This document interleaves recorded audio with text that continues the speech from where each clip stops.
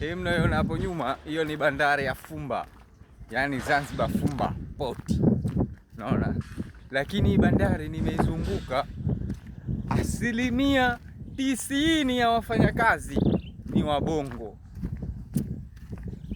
90%, unajua kuanzia sijui skaveta, kreni, madubwana shagani, magari makubwa yale ya kubebea makontena, mafundi, madubwana shagani, wote ni Wabongo.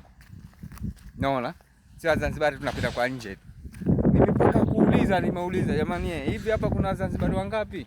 Nimeambiwa kama wanafika basi 5 6. Naona, yaani hao ndio Wazanzibari waliokuwepo hapa. Haya, sasa uliza sababu. Sasa